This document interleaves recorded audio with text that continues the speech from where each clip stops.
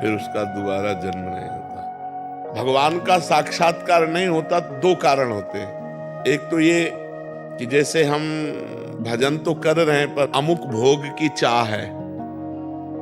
अब भगवत साक्षात्कार तब तक नहीं होगा जब तक ये चाह नष्ट नहीं हो जाएगी। अगर कोई और चाह है वो भगवत प्राप्ति नहीं होने देगी।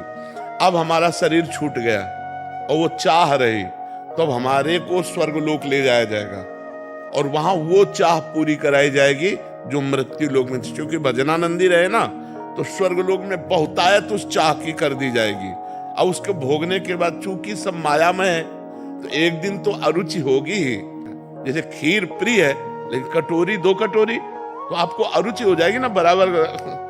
तो जब उसको भोगों की जो चाह थी वो अरुचि हो जाएगी, तब यहाँ उसका जन्म होगा। हमारे मन का एक स्वभाव है नवम नवम, जन्म होगा और मन की एक मांग है नवम नवम, और फिर कुछ भी हो कुछ दिन बाद वो उससे हट जाता है जहाँ से और एक नई हुआ खोज था, करता है। और वो अपना जब तक उसे परम नहीं सुख मिल जाएगा पहला तब तक वो रुकेगा नहीं। दूसरा कारण हमने भजन शुरू किया, हमारी मृत्यु हो गई।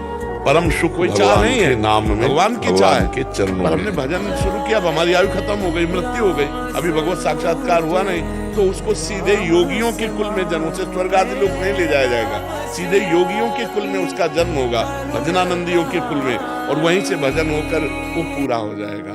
तो आना जाना तब तक जब तक भगवत साक्षात्कार नहीं। तो भगवान का जो भक्त है वो जब भजन करके भगवत स्वरूप हो जाता है तो भगवान के नित्य धाम को प्राप्त होता है, जहां से आना जाना नहीं होता। यद गत्वा न निवर्तन्ते तद धाम परमम मम, जहां जाने के बाद फिर इस मृत्यु लोक में नहीं आना होता। समझ गया?